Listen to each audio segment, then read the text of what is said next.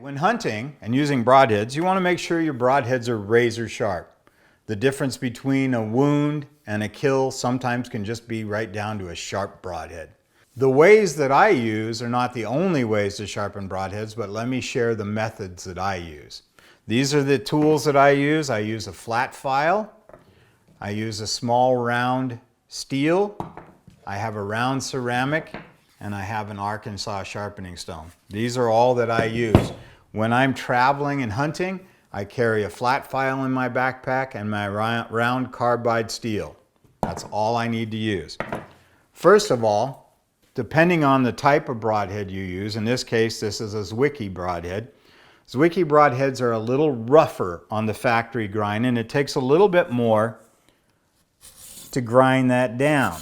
I've flattened this out a little bit already so that you didn't have to sit here and watch me filing for 20 minutes.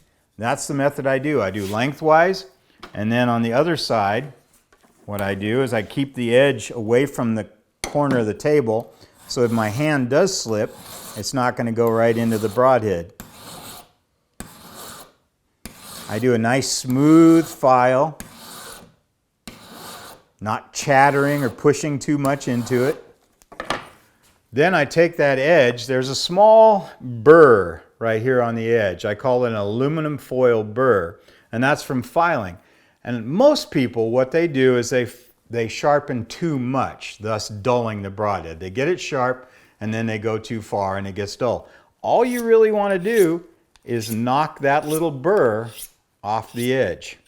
And you can feel it and you can hear it when that starts to come off. Then I touch it up a little bit with this ceramic.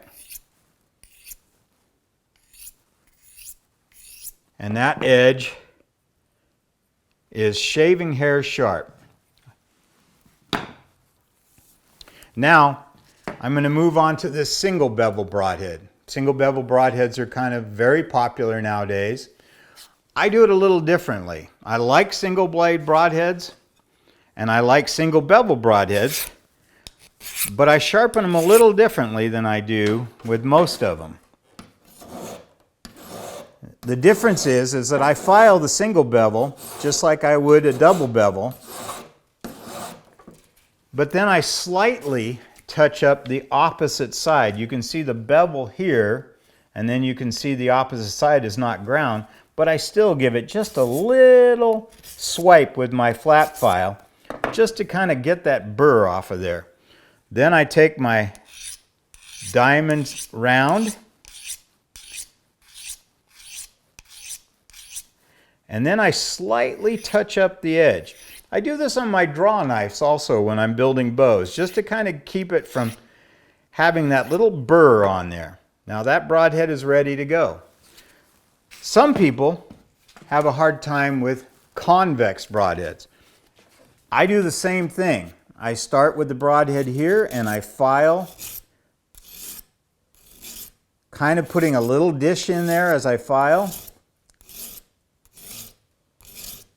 I turn it over, do the same thing.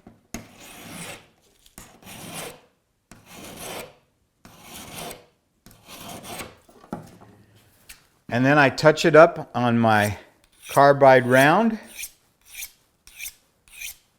Get rid of that burr.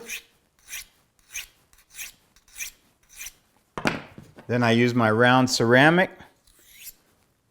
Gently, the softer you do here, the better, because you're not going to roll the edge or dull it. And there you go. You may prefer, rather than using the rounds on the straight cut broadheads, you may prefer to use the Arkansas stone. Another real good method right there.